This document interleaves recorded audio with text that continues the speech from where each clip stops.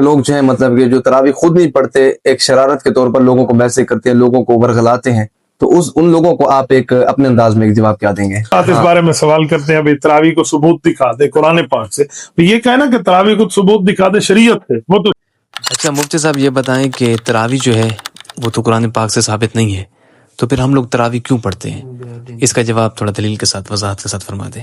دیکھیں، اگر آپ کے سوال کا مطلب یہ ہے کہ یہ قرآن کریم میں نہیں ہے، نہیں پڑھنی چاہیے، تو پھر میرا سوال یہ ہے کہ قرآن کریم میں اذان بھی نہیں۔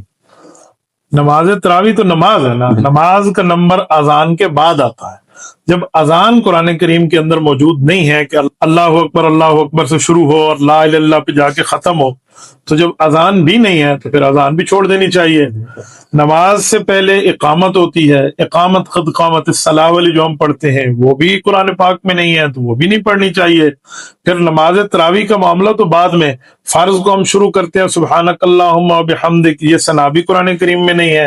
اعوذ باللہ من الشیطان الرجیم مکمل یہ اعوذ باللہ کے ساتھ لکھا ہوا بھی قرآن میں نہیں ہے۔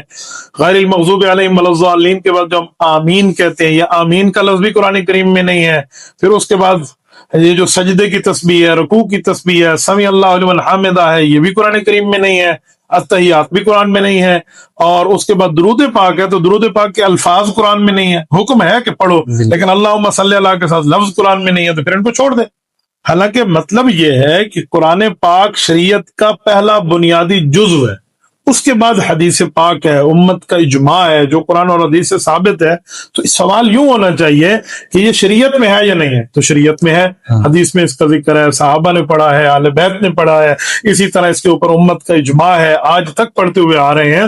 تو جو لوگ کہتے ہیں نا قرآن میں نہیں ہے، یہ صرف جان چھڑانے والی بات کرتے ہیں، تو ایسے بندوں کو تو ایسا ہی جواب مل رہا ہے۔ بالکل کافی سارے لوگوں کے میسیجز وغیرہ آ رہے ہیں، آپ کو بھی آ رہے ہوں گے، ان پہ یہی بہت سے سوال حضرات اس بارے میں سوال کرتے ہیں بھائی تراویح کو ثبوت دکھا دے قرآن پاک سے، یہ کہنا کہ تراویح کو ثبوت دکھا دے شریعت سے، وہ تو لوگ جو ہیں مطلب کہ جو تراویح خود نہیں پڑھتے، ایک شرارت کے طور پر لوگوں کو میسج کرتے ہیں، لوگوں کو ورغلاتے ہیں، تو ان لوگوں کو آپ ایک اپنے انداز میں ایک جواب کیا دیں گے؟ دیکھیں، اگر تراویح کا ثبوت قرآن میں نہیں ہے تو نہیں پڑھنی، یہ اگر ان کی منشا اور ان کی خواہش ہے تو میں کہتا ہوں پھر اذان کی بھی چھٹی، اقامت کی بھی چھٹی، نماز کی بھی چھٹی، التحیات کی بھی چھٹی، تو چوپ کر کے گھر وائیں، اور تو کچھ ہے ہی نہیں، اور جواب ہی نہیں۔ کچھ نہیں بچا۔